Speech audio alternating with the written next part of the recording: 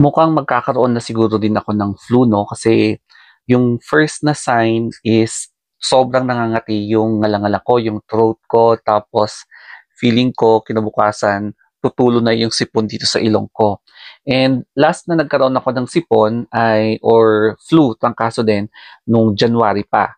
So, di ko alam kung saan ko nakuha 'to, but anyway, before anything else, nag-exercise na ako tapos, ah talagang nag-take na ako ng gamot kasi lumalabas na yung mga simptomas 'no.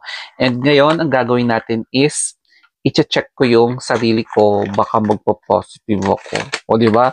Kasi nung January akala ko flu lang, pero nung chineck ko yung sarili ko nag-positive siya pero in-isolate ko naman yung sarili ko and wala namang masyadong nahawa.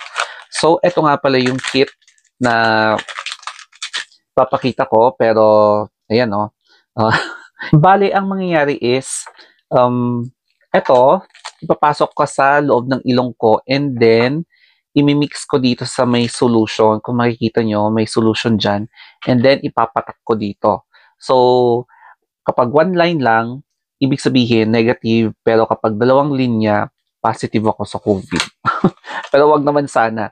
And during that time, nung nag-ano ako ng COVID, parang, alam mo yun, um, mild siya. Hindi kagaya nung unang nagka-COVID ako na um, nawala yung sense of taste ko, tsaka yung sense of yung pang-amoy ko. Ayun. So, eto na. Check na natin. And ganito yung gagawin natin. So, sterile to ha. So, ang gagawin natin is, i-check natin dito. So, talagang sobrang makati siya. Ayan, makati. And, mukhang wala naman akong sipon, pero, ano ko pa rin.